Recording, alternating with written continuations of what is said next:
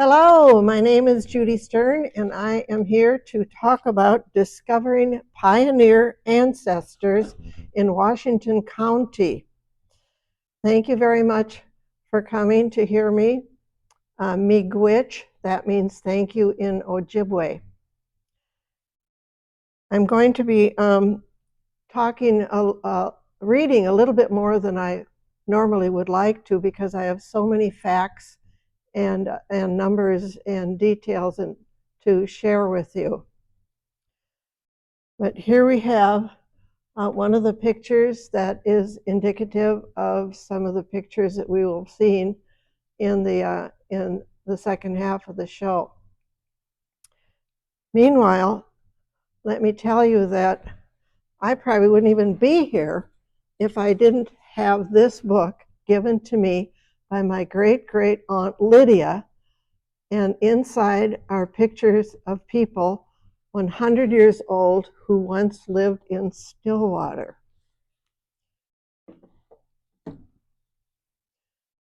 Now, here we have a family tree, and I just want to impress with you that I have spent 20 years figuring out all this family tree business, and I have over 100 names now. Next. Now, I also need to tell you that I do know a little bit about farming because many years ago, when I was 19 years old, I got married and my husband wanted to live in Mankato, Minnesota and go to the university there. So I moved down there with him and waited in the car while he went into the employment bureau, and he came out and he says, "We're moving to a farm." Well, I was a city girl from Robbinsdale, so that was pretty crazy, but I said, well, okay. And we moved out on the Kasota Road north of town. And so I brought some pictures here to show you that I'm not jiving you. And so up on the top on the left, that's Mrs. Clable, the lady who lived in the farmhouse. I lived in a little tiny trailer next to the farmhouse.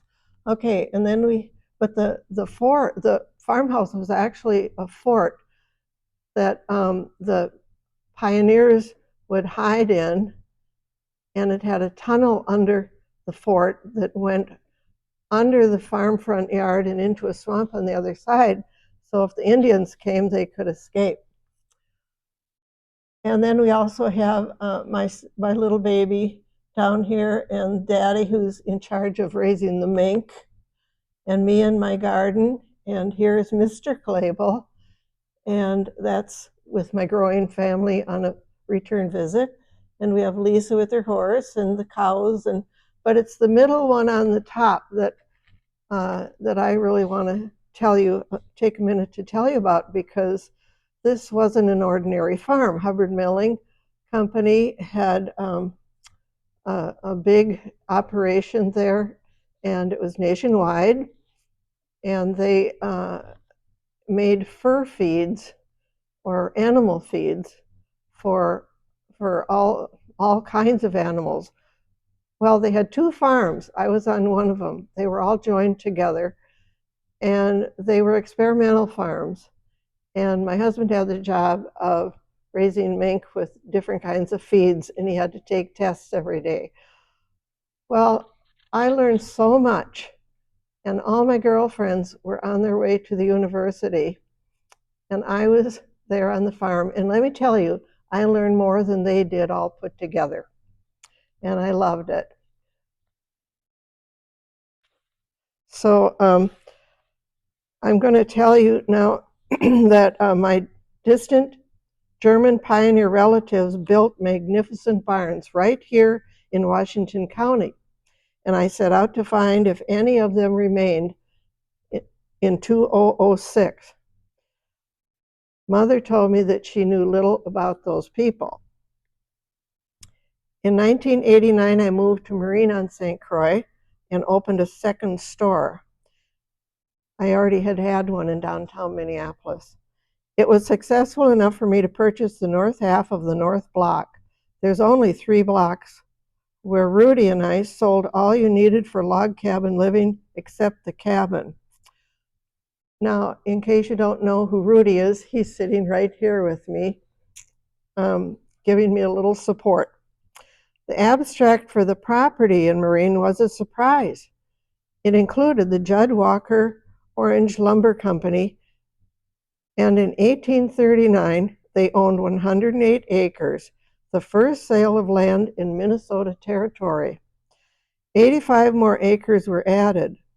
You can't study Marine without Stillwater. The road from Stillwater to Marine was the second road built in the state. Today's Stillwater is booming, and Marine isn't even on some maps. In 1839, Oakdale had no people. In that year in Marine, farmers broke 5 or 6 acres for corn and potatoes. 1 year later, they had a whole 20 acres. 10 or 12 people lived there.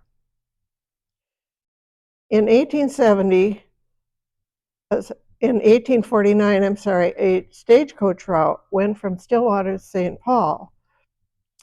And in 1870, the railroad came to Stillwater. In 1857, the first survey, there were 60 Germans out of 113 people. No Kleisses or Schaefers yet. But there were lots of Lohmans, Burschens, and Calipes. 28 years later, the next census listed 679 people. 185 came from Germany, more than any other state. Now, farms close to the St. Croix River were first to use paddle or steamboats to get wheat to wholesale markets. But some communities had their own flour mill and creamery, producing local products like cheese. Most farmers were very remote. 1 wagon of wheat may bring less money than the cost of the trip to deliver it. Boats were very unreliable. During bad weather, water levels could be too low, too high, or frozen. Crops had to be sold in the fall. People could be 80 miles from a grain terminal. So the farmers fought for good roads, although there was always a road overseer. The expense of road building seemed high and engineers were few. Farmers had to be taught by their fathers and brothers to learn to do it yourself. And the same for women. Raising 8 kids was not unusual. They dealt with flooded roads and that disappeared as mud and wooden bridges that failed. And spring was worse plowing on the earth, digging stumps and rocks. The only tax was on property, no budget for roads. Counties raised their own funds.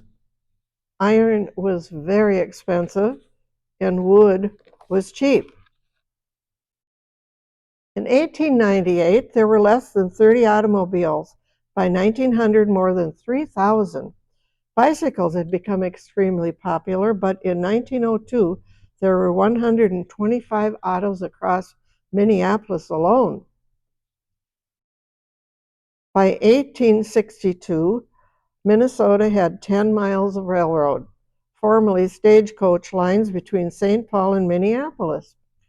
Railroads quickly expanded through lucky farming communities thrilled to be chosen, making them a hub for business activities. By 1905, there were 7,800 miles of railroads. My great-grandpa Mahler and my dad built grain elevators in many small towns, like St. Peter, Minnesota, and Lilly, North Dakota. They worked for Ibersons. That became a part of Cargill. And one of my Schaefer relations married an Iberson, and another recently retired as Director of International Relations for Cargill. His name was Jim Wallace. In 1898, Lake Elmo Creamery was a cooperative venture. In 1916, it produced thousands of pounds of butter, milk, and cheese. Milk cows were kings. I was raised on Guernsey cow milk from Ewald Brothers Dairy in North Minneapolis. A milkman delivered our order to our back door where the milk box always sat, winter or summer. Verna Ewald sat next to me in school. I thought that was a big deal. Wheat had been the principal farm crop in Minnesota. However, as more land was made by filling in 90% of the bogs and swamps, crops became more diverse. In the 1950s, oats, hay, barley, flax, rye, and corn were important. So were dairy farms, livestock, hogs, sheep, and cattle. They shipped little corn to market. A farmer said, "Corn goes to market on the hoof." The livestock ate the corn and took it to market. When did soybean, flowers, sunflowers, and marijuana join the list?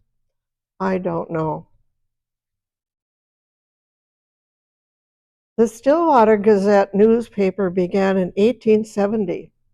In 1876, they added and sold the St. Croix newspaper, the only paper in the area that used German language. They later switched to English. They reported on happenings in Baden, Germany, around the town of Meissenheim. In Baden, they sent news back to America. Both used photography.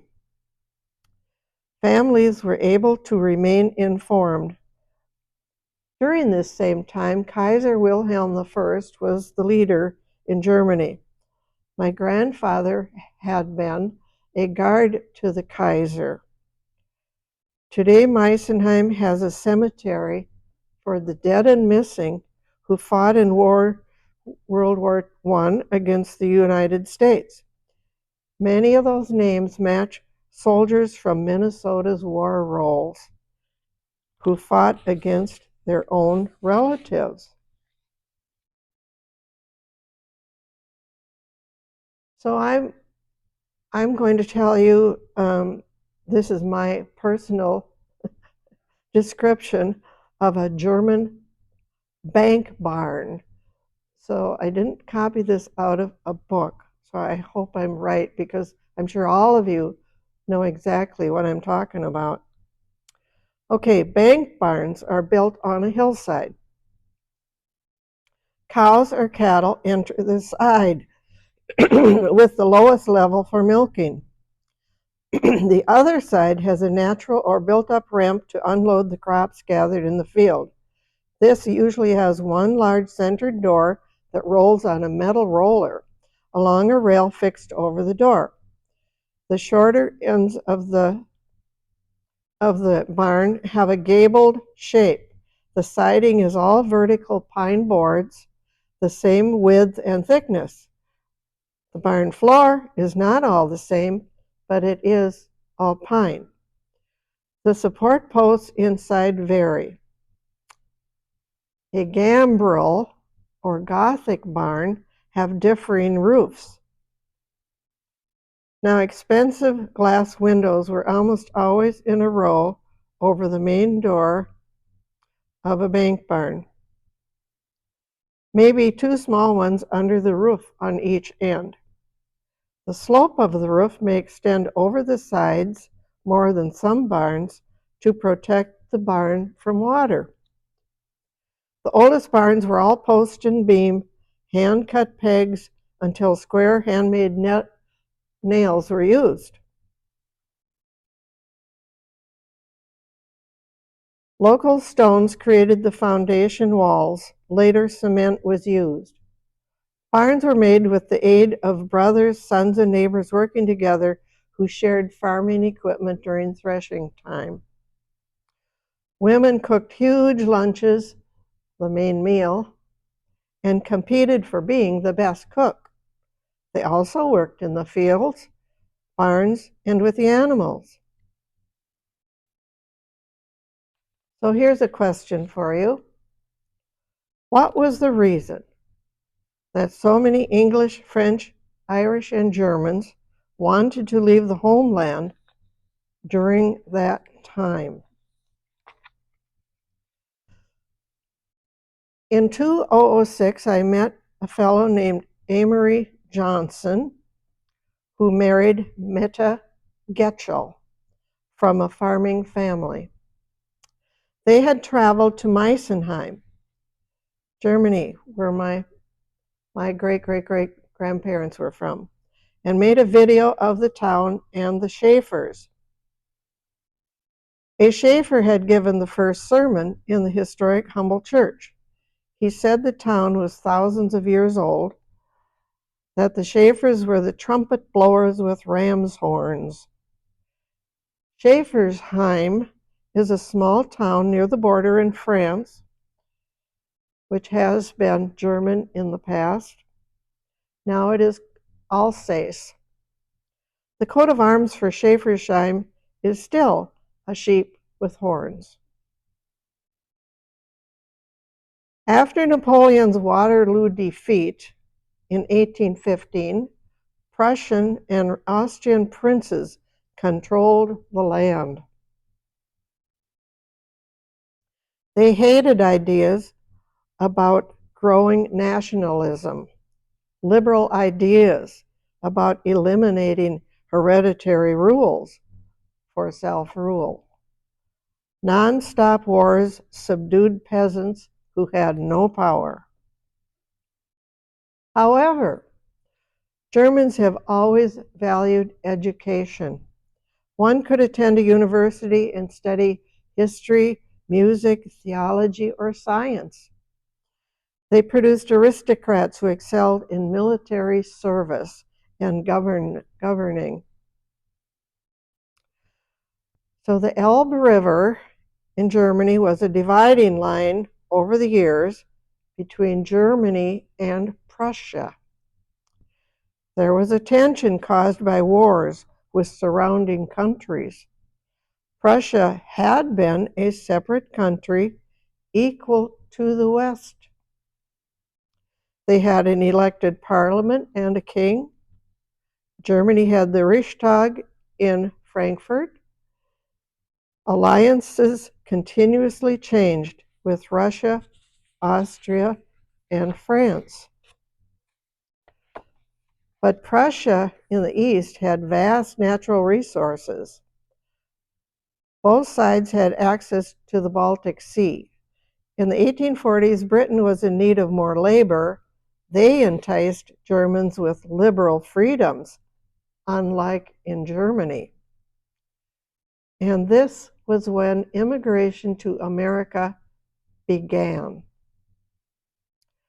Because America was even more of a haven for liberty, an escape from rules that gave the oldest son all the wealth when a parent died. Religious rivalries were stirred up to gain support for one belief system or another. America was perfect for starting a new church and a new life.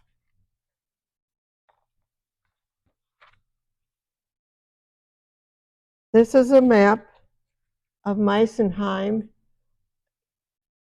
The red in about 1/4 up the center of the map is where Meissenheim is, and the Rhine River runs from south to north, and let's see, is that Strasbourg up on the top was the biggest city then, and of course Heidelberg is up there someplace too.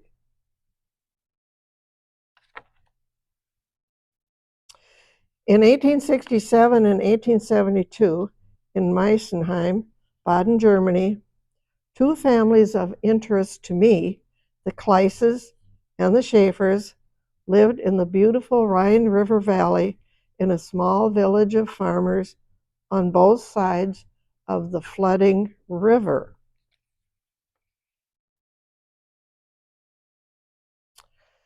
Some families decided to split and immigrate to America. They chose Minnesota, which became a state in 1858. Stillwater was growing quickly around the lumber business, and farmers would be needed to provide food. Now I'm going to show you a series of maps here. The first one is how, can you go back one, please? The first one is the very first platted sections in Stillwater, and you can see how much prairie there is and how underdeveloped it is so far. So this is Stillwater in 1870. Next. Now we have Washington County in 1874. And now we have, we focus on central Washington County in 1887. And here we focus on Grant, Oakdale, Baytown, and Stillwater.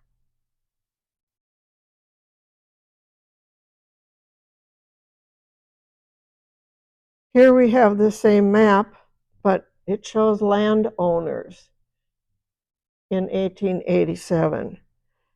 And so there, we've used different colors to highlight a few of the farmers that I'm going to mention in my talk, such as Schaefer, Kleiss, their in-laws, and early Barnes.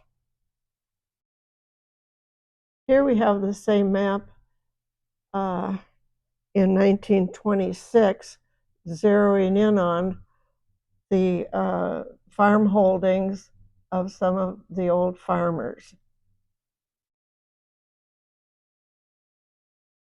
And here we have the last map for now, which is 1956, and only major changes have been shown in that greenish blue color.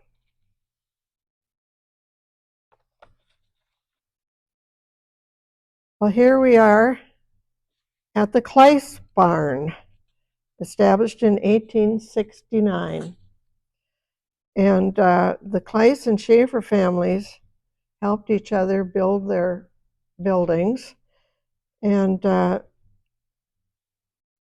they also built a stone shelter to get them through the winter before the house and the barn was built.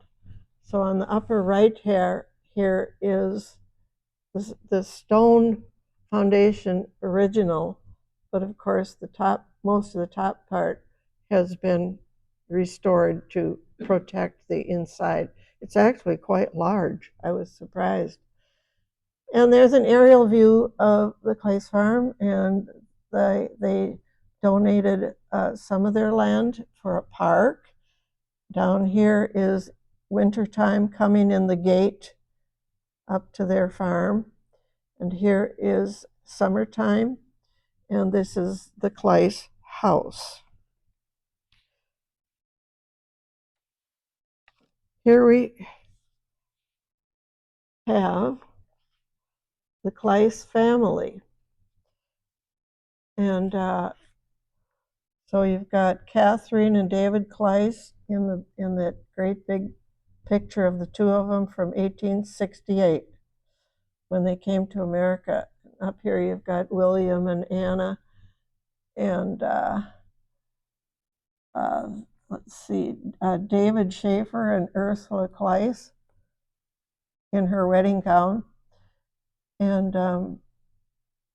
then the woman on the top is Ursula Kleiss, who married David Schaefer, and that's Ursula on the bottom there also. And down on the right hand side here, this is Florence Kassler Kleiss, wife of Lawrence Kleiss, and I did have some luck to meet her before she passed away.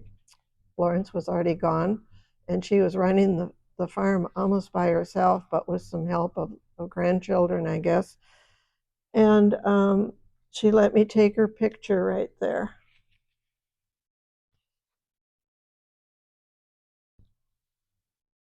On July 20th, 1872, the steamship Wesser out of Bremen docked in the USA. Theobald Schaefer on the right and the left, and his wife Magdalene and 4 daughters were on their way to Minnesota. There is an Anna M. Schaefer who has arrived on June 8th, earlier, 1872, but she is a mystery. I couldn't find where she fit in. I believe Theobald's parents, David Schaefer and Ursula Kleiss, may have come earlier in 1868 with 2 of Theobald's brothers, John and Andrew, and 2 sisters, Catherine or Kate and Marie. Theobald's wife, in the far picture, is Maria Magdalena von Kettenacker. We will call her Lena. The 4 daughters were Minnie, Lena, Marie, and Caroline, all young. Lena's family had a tobacco and cigar factory in Ickenheim near Meissenheim, where the Schaefers lived for hundreds of years.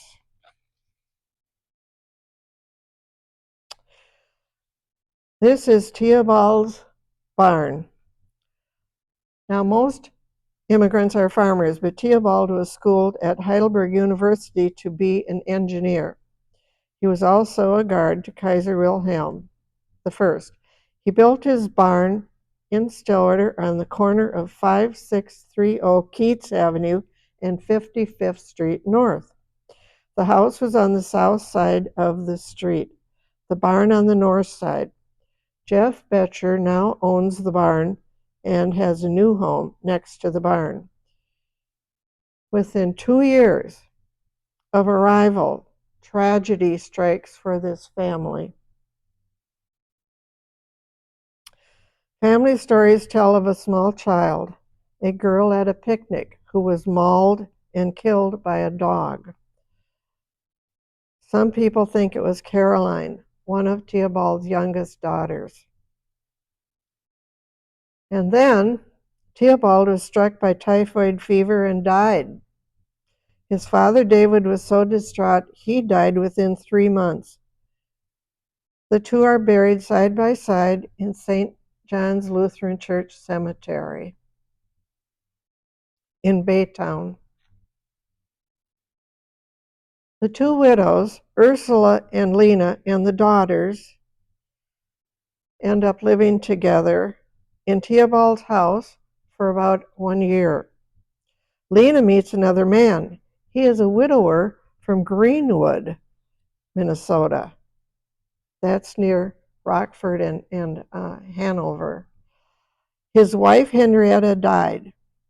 Martin Preby has 6 kids on a farm not far from where Hanover, Minnesota is. Lena was happy to be where her Kettenacker relatives from Meissenheim were homesteading. All German Lutherans, all members of the local Salem Lutheran Church.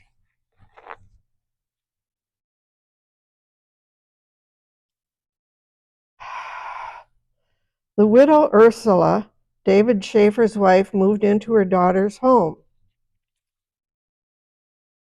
Marie has married George Schindler. They will have 6 children.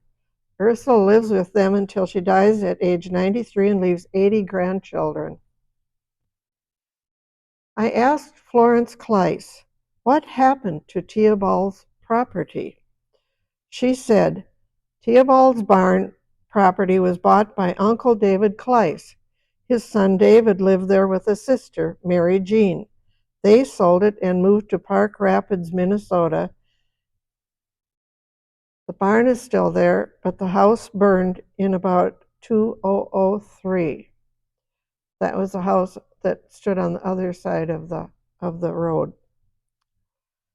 Florence Kleiss, wife of Lawrence, had a son named Alan and a daughter, Linda Dornfeld. Her son is Peter Dornfeld, who now runs the farm since 2021.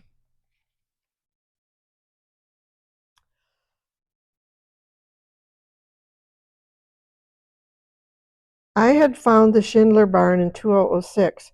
In 2025, I thought the Palmquists still lived there, but Matt Mathias and wife Kelly invited us to see their extensive improvements. New floors in the barn, new cement walls in the barn's lower level, and addition for more cars. The house was modernized for serving as a bed and breakfast. Very charming with old pine wood floors and the original stairway to the upper level. The new owners are raising 6 children, and Matt has a moving company and a home 1 mile away.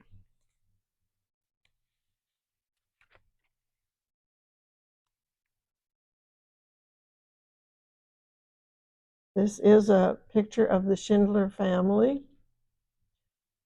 And this information was taken from the Post-German newspaper, of which I have many, many copies.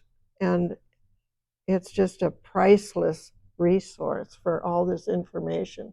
But this picture was in my Aunt Lydia's book. And I had no idea who those people were until I got some help.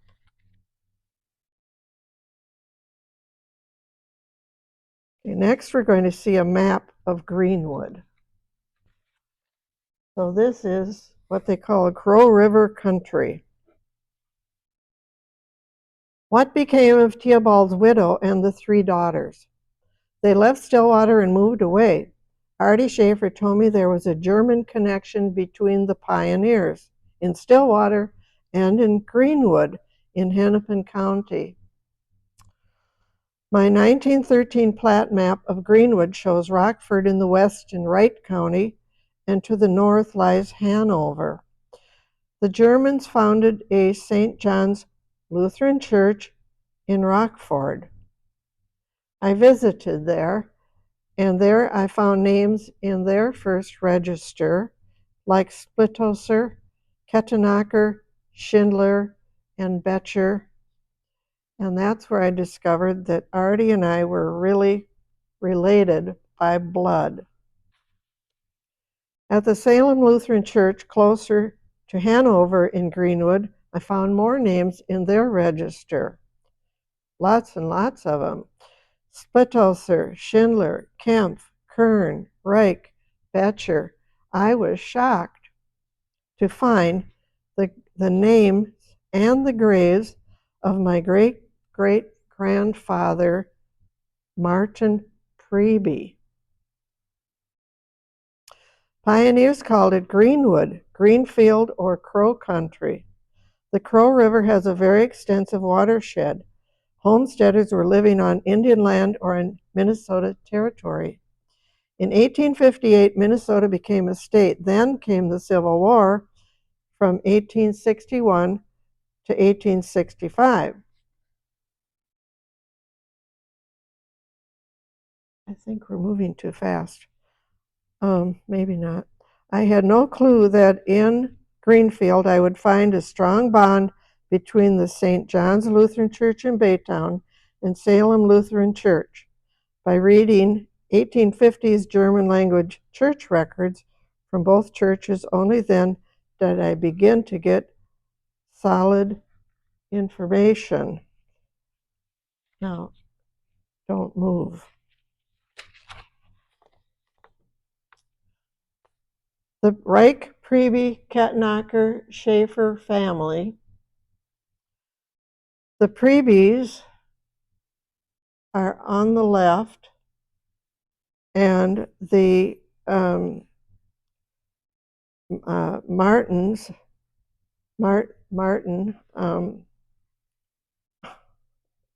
is on the right. No, wait. Okay, we've got Theobald here. We've got the Theobald's family. We've got Martin Priebe, and we've got Henrietta Reich, who was his wife. And then there's a little picture of Henrietta on the end. So Martin up there, he was a millman in the lumber mills when they lived from 1857 to 1862 in the Stillwater area. Henrietta Reich came from Schurten Heiligenbiel, Ostpreußen in Prussia.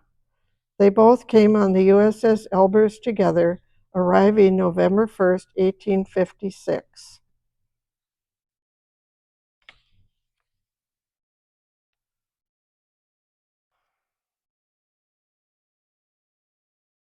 This tale is so twisted. It was months before I understood that Martin and Henrietta's second son, named Henry, married Lena's daughter, Wilhelmina. Call her Minnie. They had grown up together and waited until Henry was 25 years old. They are my great-grandparents.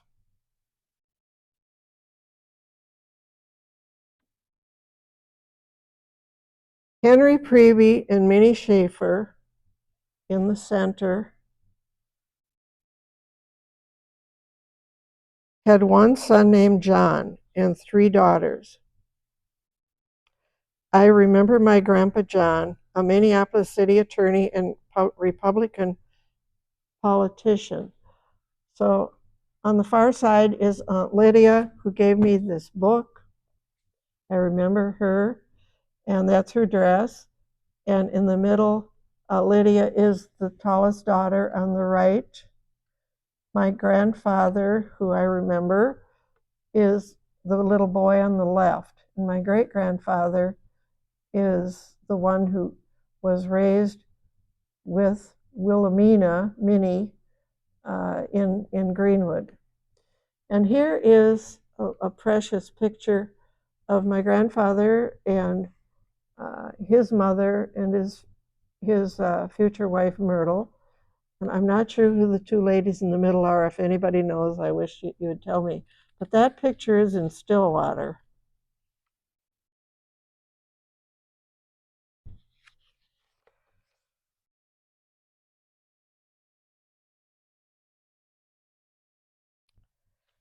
Let's see here. Okay, this is my grandpa and his grown daughters and his wife Myrtle Hauk Priebe. My mother is the girl on the left on the top.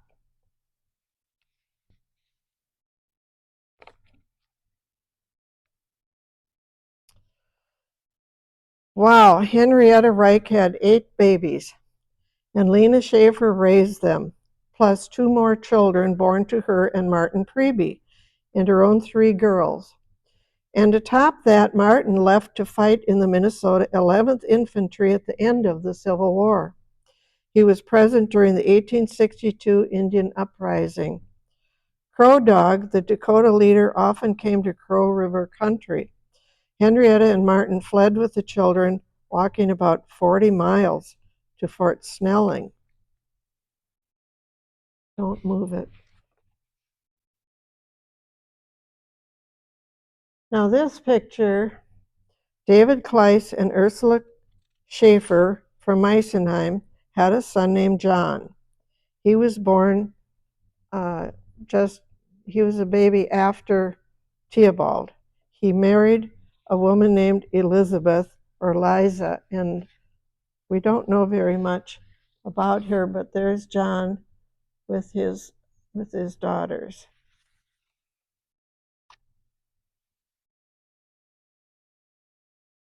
Their home was along Highway 36. The Oak Hill Campus Church is there now.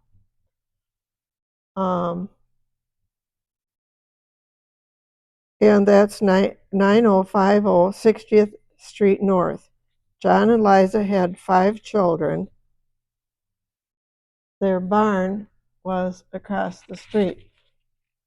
So this is the barn. We can't see the house, but on the right here is where the road went.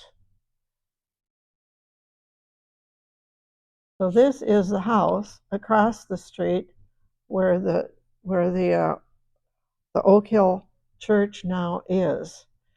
And here's John with his family, and his mother Ursula on the far left. And you can see the second boy in on this side we're going to talk about for a little bit. By the way, did I say that house was destroyed in, I think it's 1922.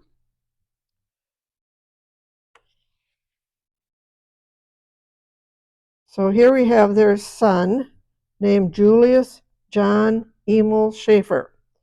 He married a Priebe, Anna Priebe.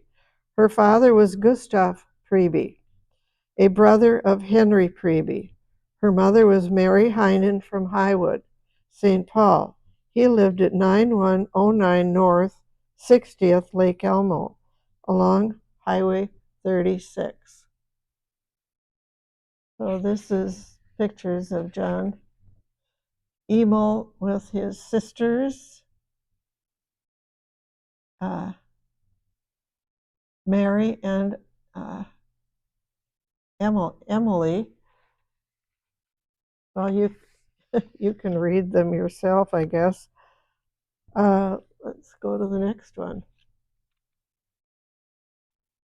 Now, Julius John Emil had a son in 1914, and they named him Alvin, and they had 2 daughters. Alvin lived on John's farm, but the barn and the house were gone, replaced by a small rambler and some storage buildings. Alvin had a relative from the Hanson family named Darrell Hanson. So I'll try to be brief here, but one day I was just driving on Highway 36, and I thought, okay, I know someplace around here there was some of these Schaefers that lived here, but I didn't know exactly where. So I thought, well, I'll pull off the road. I was going toward Stillwater. I'll pull off the road to this little rambler house, and no big barn or anything, and I'll ask them if they know. So I knocked on the door, and a man named Darrell Hanson showed up, and he invited me in, and there I met Alvin. And Alvin Schaefer, I was related to the guy. I was amazed. But the weirdest thing was that he said, well, wait right here. And he went down into the cellar, and he came back up with a photograph. And it's that one up there that I just showed you of my family with my mother. And he said, he was the hot shot guy that went to Minneapolis and became an attorney. So that was quite the surprise. Let's see now, where are we at now? I think we'll stay here for a second. Alvin died in August 15th, 2006 at 91 years old. Pat Kennedy, who lives across the street, said we used to call him Allie. Now in 2025, Darrell Hanson passed away in May. He left his partner, George. The property has always been adjacent to the original Clyce Fields. 39 acres were sold to Sodo of the Karen Thailand people from Burma. They bought it in November 25th to grow vegetables. And here we are at beautiful, the beautiful grounds that the Springborns plant every year along the highway, the flowers and the vegetables. I just love to look at that garden. I met Pat Kennedy and brother Ed at Springborn Farm recently, and they said the original road was now the service road, but it once had been a high hill with a curve in the road. The house was in the middle of this, and in 1960 the house was demolished when Highway 36 road was much widened. Before that, Highway 212 had been the main route to the west. Highway 36 was gravel until 1941, but somebody told me that's not right, so I'm not sure. Springborns owned much land. We stopped at a farm once at 8989 55th Street because there was a truck in the yard that said Springborn on the side. So that is on the bottom left. And there's the Springborns, their barn and their home. And this is where Alvin was living. And this is the new owner on the bottom. This is called Sun Country Farm and Greenhouse. It offers Halloween amusements along 36. The barn had been owned by Oscar Kern. It had been used at one time as a tobacco barn. The evidence is 2-inch gaps between the vertical siding. The Bergmans are current owners. They transported the barn to its current location.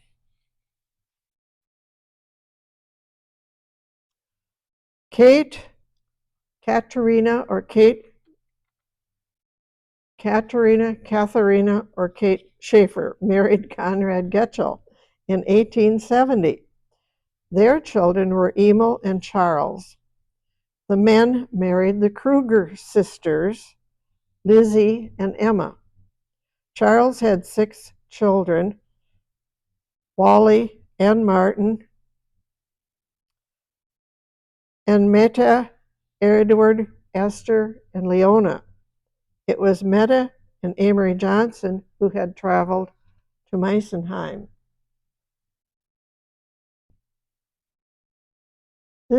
I have some pictures here that came from Gorman's restaurant, and I have studied them over and over and over again.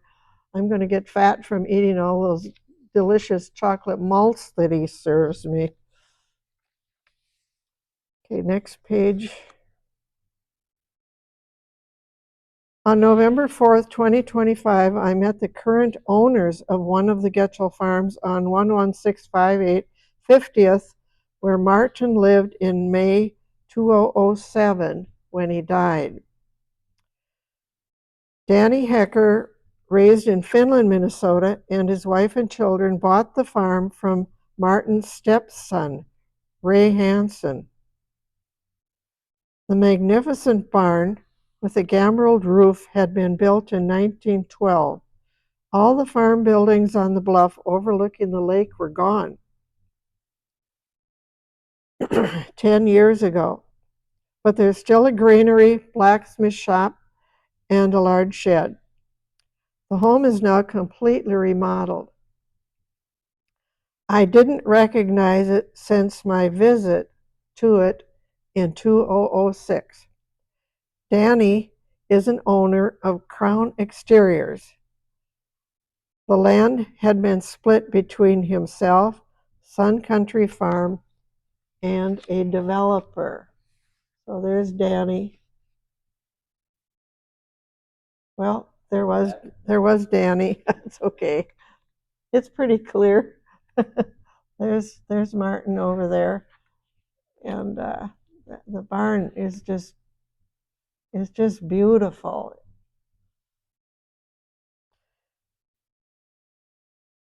Now, Neil Kruger and his wife Debbie, I've known them for many, many years through different activities that we have shared. And I called him and I said, I'm going to do this talk. Do you know any way to help me? Because you have a farm in Stillwater. So he went with me on a tour. So here's what happened. Neil Kruger's grandpa Fred's barn blew over in a 1998 windstorm. The old silo crumbled. A woman named Mary O'Brien now owns the place. This is on the bottom right here. She built a huge new barn big enough to play basketball in. She admits it became way too tall. It was too tall. Now, Neil recalled many happy picnics. The pond had good fishing for northern pike, but a well went in and it sucked too much water out of the pond and the level went down. So there went the pond. His grandmother had 7 kids. In the early 1900s, there were no telephones. Fields were wide open spaces. People communicated by hanging their sheets on a line with different colors that meant different things, like, come, there's trouble, or come for coffee. Neil grew up on his father's farm located where Menard's Hardware is on 36 now. Neil has a degree in forestry. He and wife Debbie are well known for the festive tree farm at 4452 Lake Elmo Avenue. Neil and Rudy share a passion for long distance hiking anywhere. And of course, everybody wants to go there and get their Christmas tree because they're so kind and sweet to everybody. And the trees are great. On November 3rd, Rudy and I stopped at Jeff Walsh's home. His barn is across the street, a beautiful long barn. He told us it was built by a Mr. Smith before Jeff bought it. It was the Hesse farm. The 1911 interior of the house was totally modernized. The outside was nice too. I'm learning that restoration is a passion for these so-called farmers who don't really farm.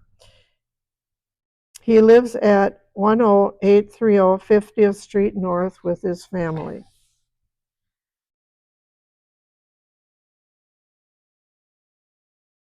William Kleiss immigrated to the U.S. in 1868 and married Anna Sulwold. In 1887, Henry Sulwold had the farm, and in 1956, Gilbert and Viola had it. We were met at the farm by Gene, who was dressed for hunting. He explained that he was permitted to hunt as long as he helped to do the chores around the place because the current owner was elderly. Her name was Joyce. I did not get to meet Joyce. He let us examine the original barn. He remarked, luckily the barn got an aluminum roof in 1960. I was thinking I should say so. Many aging structures were not so lucky. Neil Kruger was pleased to learn that the Sulwold land is preserved in a Minnesota Trust for Public Land, as is Neil's land, which cannot be developed. Now, Gene was an interesting hunter. He wanted to tell us a story after I said, I think Germans have a passion for saving everything.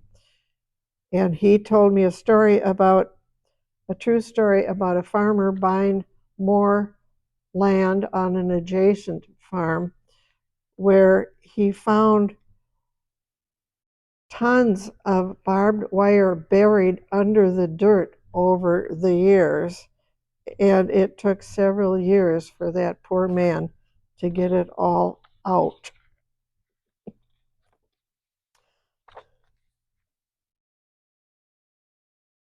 Across the road was the Houck barn and house. How surprising! That's my Grandma Myrtle's birth name. Grandma Myrtle's the one that married Grandpa Priebe. Way back in about 2000, I was drawn to drive into that farmyard. I'm glad I did because the barn was still standing on a rise close to the house, a typical bank barn. It had a German gable roof on it. The owners said they bought the farm from three sisters who had moved north to a town called Barnum. I found the Houcks in a Barnum phone book, but I never pursued meeting them. I did pursue my own great-grandfather, Myrtle's father. I wrote about him in my recent book I wrote titled Gallery Days, Memories from the Artist Quarter in Historic Downtown Minneapolis. In 1900, Jacob Houck was responsible for outfitting the famous Dan Patch racing horse that broke every record in harness racing. Good thing I had that visit because when I later returned to the farm, the barn was gone. During my last visit, the occupant was Rosalie Wall, a well-known judge.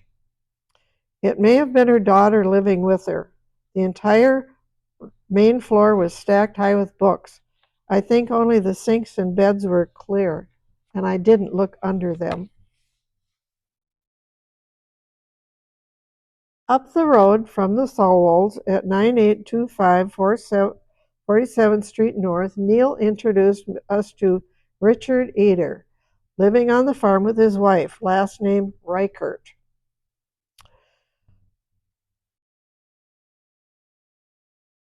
Okay. In 1887, the owner was Jacob Eder. In 1901, a Mr. Heiner. In 1956, Jacob Eder. The old gable German barn was in great condition, a few steps from the house and near an old ice house. They cut ice in Lake Jane and brought it to store in the summer. Richard was a jolly fellow who likes to feed wild turkeys in his yard. He pointed out the deer in his field waiting to come in and eat pumpkins. He became enthused when I said I was Artie Schaefer's cousin. Oh boy, did we have fun with Artie, he said. We'd all gather at the Twin Point Bar in Lake Elmo, and would we party. Further on up the road on 47th, Neil pointed south and said that's where the Calipes barn is. But I was looking for the farm where I'd been afraid of a dog when I tried to approach the house. And so I didn't get down that road to the Calipes. The Calipes, Lomans, and Bershans were prominent names in the first Minnesota census in 1857. The Calipes were from Ireland and New Brunswick, the Lomans and Bershans from Germany. All had large land holdings. Neil drove us to 9579 Julep Avenue North. Mary Davis, the current owner, didn't we get a picture of Mary? Oh. Said Grandpa William began it. Mary recalled milking 30 cows with her mother Jan. They raised corn, oats, and hay. The barn was gorgeous in the setting sun, a well-restored barn with a gambrel roof. The dogs were fenced in while Mary told me they were working on the house. She said, the barn came first, now the house.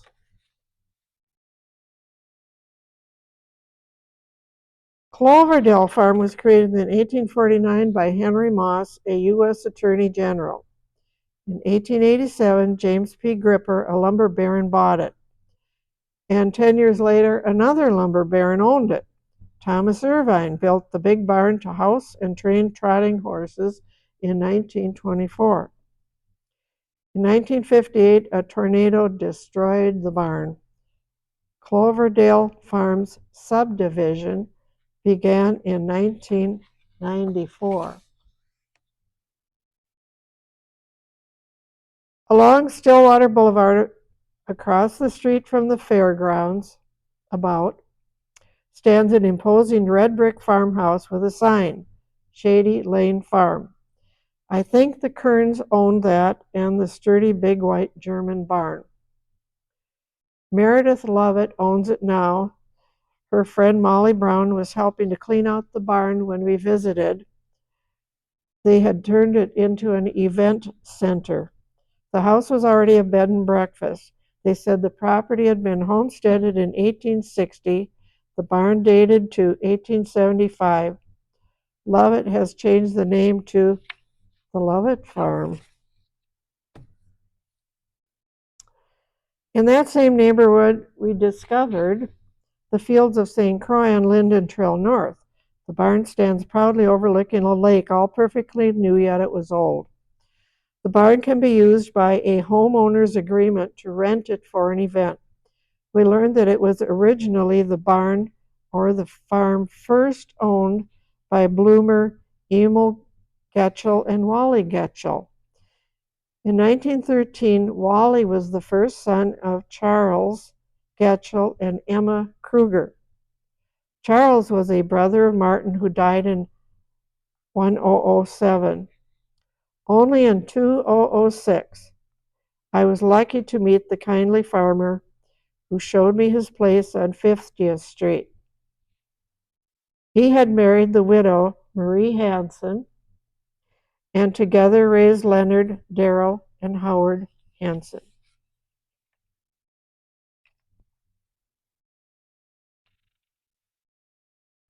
Everybody knows Gorman's Restaurant, and thank God for that place, because without him saving all those precious photographs, I'm not sure what would have become of all that history.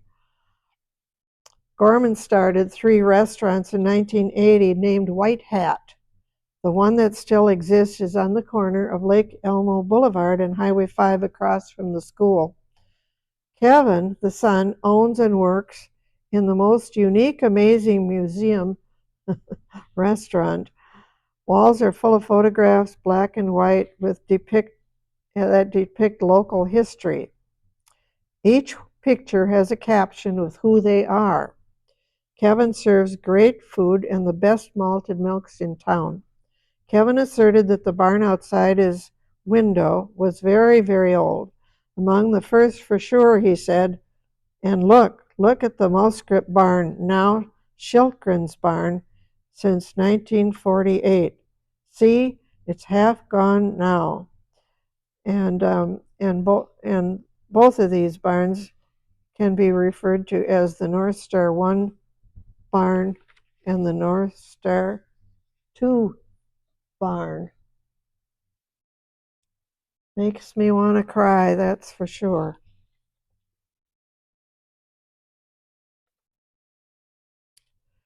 St. John's Lutheran Church, Missouri Synod, in Baytown.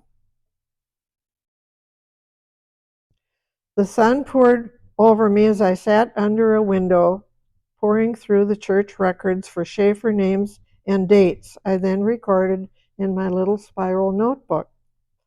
My first connection I found was the Houcks, then the Schaefers, blood relatives, and many more I had never known about. Who were the Kleises, and all the names related by marriage? John Edgar Schaefer said I was his second cousin once removed. There were Kerns, Getchells, Splitosers, and a Sulwood. I have been told it's the oldest church in Minnesota.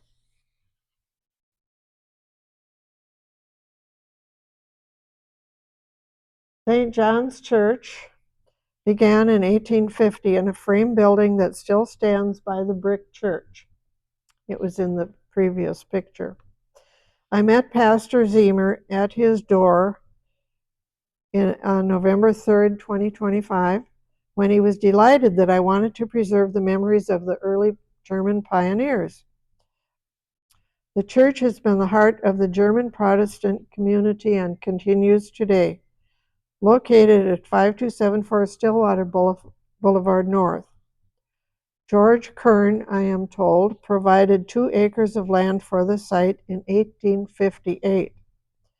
In 2006, I visited the cemetery with my brother, Lauren, on the bottom, and my friend, Daryl Hansen, second cousin by marriage, and we are standing in front of the graves of Theobald and Theobald's father.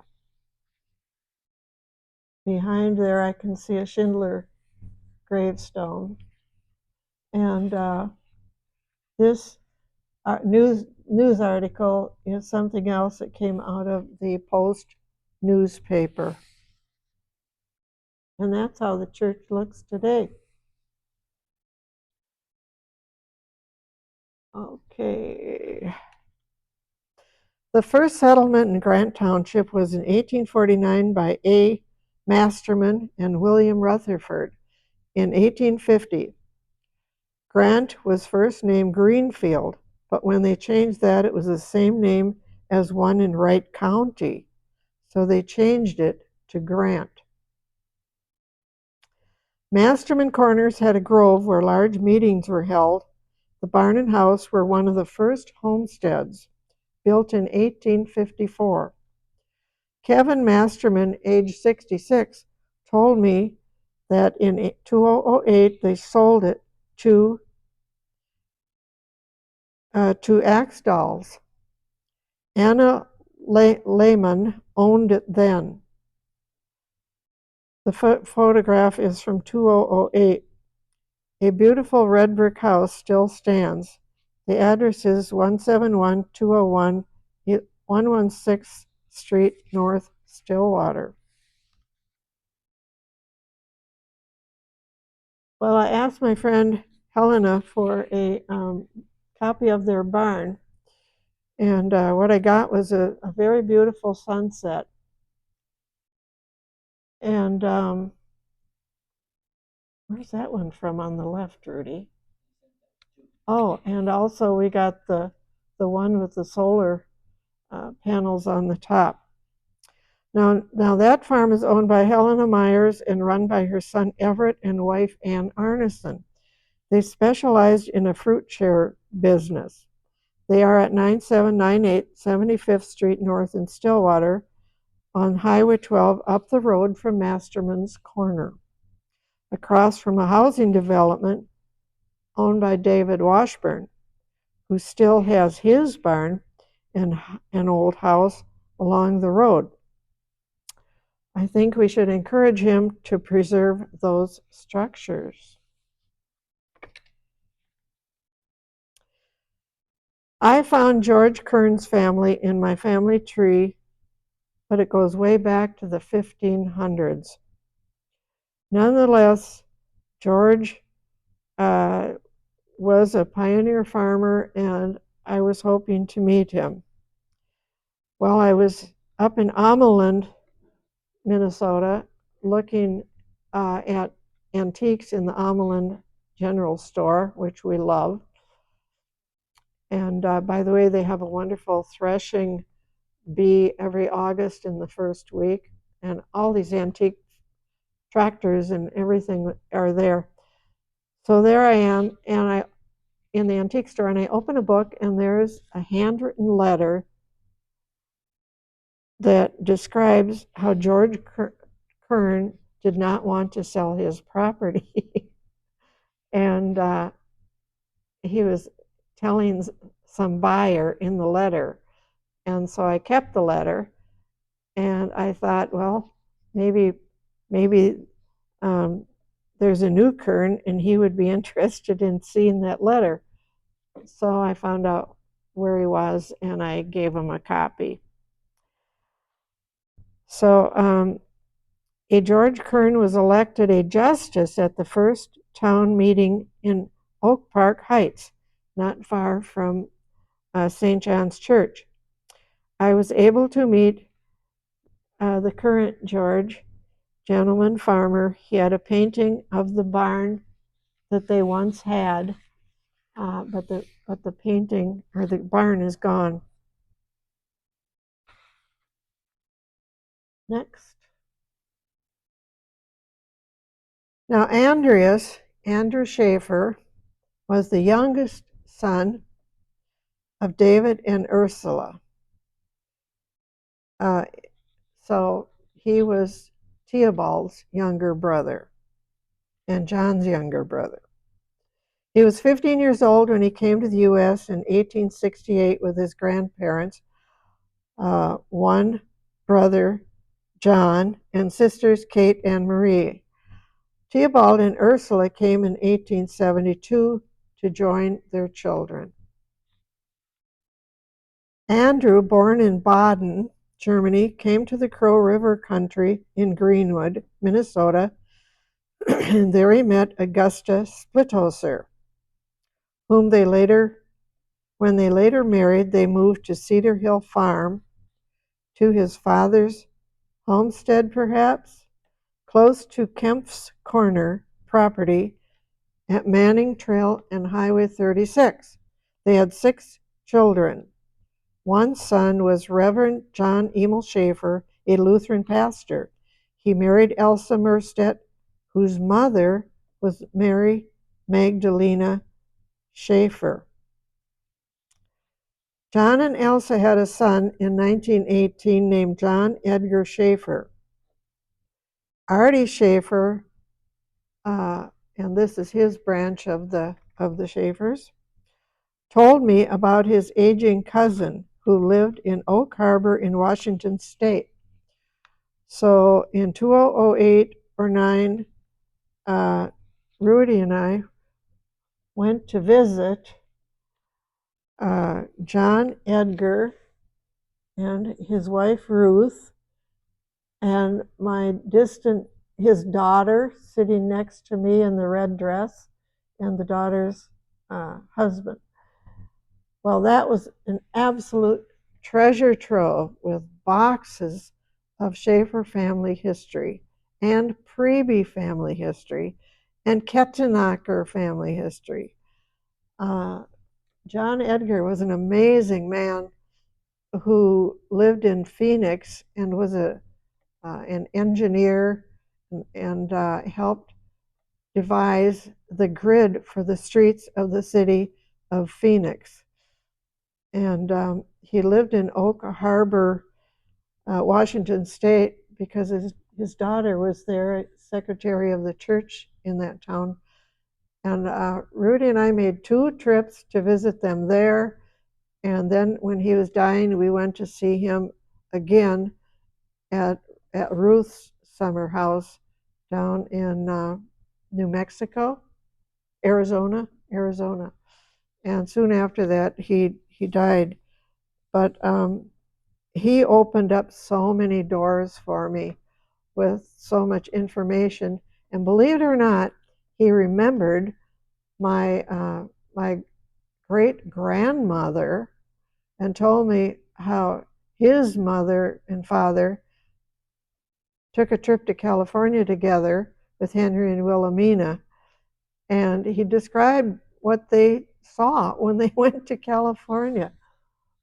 So that was really a highlight of my researching. Aamot's Apple Farm. Wow, everybody knows that one. The property became Kempf Corner in 1887. In 1926, it was owned by Eleanor Kempf. In 1956, it was William Kushner, although Aamodt did exist then. The current owner, Chris Aamodt, said the farm was moved in 1980 to the adjacent farm that Andrew Schaefer had lived on for many years. Andrew's barn remains as the St. Croix Vineyards. The Highway 36 intersection was enlarged for more traffic. The cement silo with a drawing of an apple on the side was demolished before the recent highway change. In 2025, a new hospital will change the agrarian countryside forever.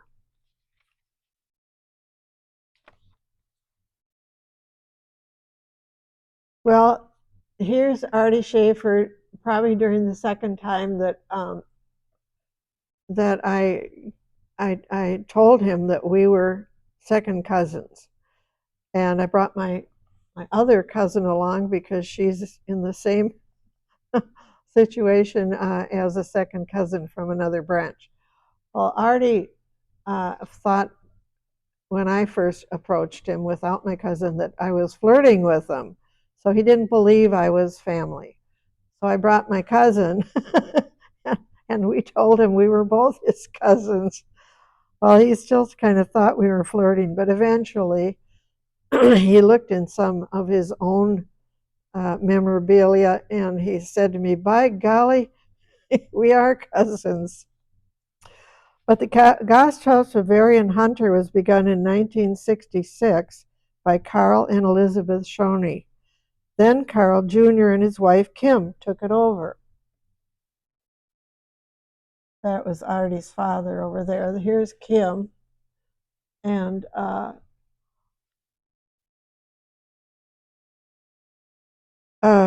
Carl died now, and she married Dan Quaid, who sold it to Jimmy Martin. Jim runs it now. Well, here's my family, and this is my cousin again. That's Daryl Hansen, who taught me so many things. That's a friend of a friend. My father is in the middle, and he's with the jolly accordion player named Ed, and I can't remember his last Polish name right now. Wysocki, maybe. And on the bottom left, that's my family. We had every single Easter and most Mother's Days at the Gasthaus, and we still do. So that's my dad singing. He loved to go there, and my mother did too. These are my grandchildren. So you see, generations continue to love the Gasthaus.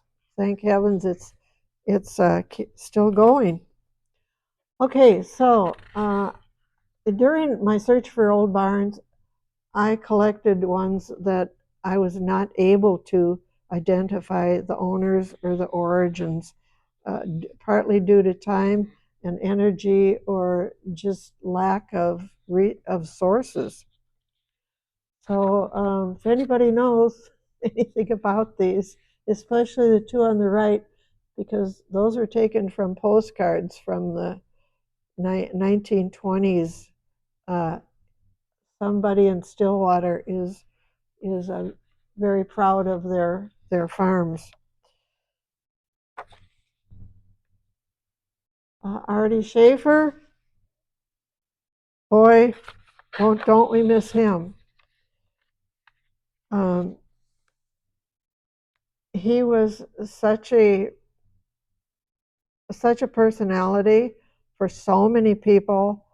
I was so proud to tell people that I was related to him and stuff. And he really kept the old German